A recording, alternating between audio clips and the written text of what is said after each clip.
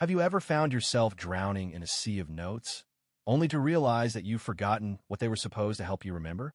This is a problem that's plagued knowledge workers and students for centuries.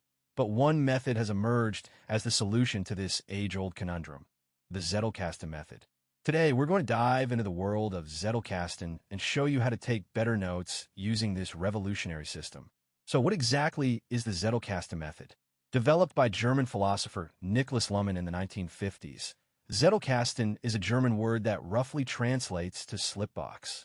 It's a digital or physical repository of notes that are linked together through a network of associations, making it easy to navigate and recall information.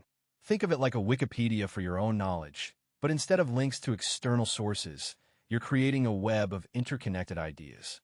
At its core, the Zettelkasten method involves breaking down complex information into individual notes that are then linked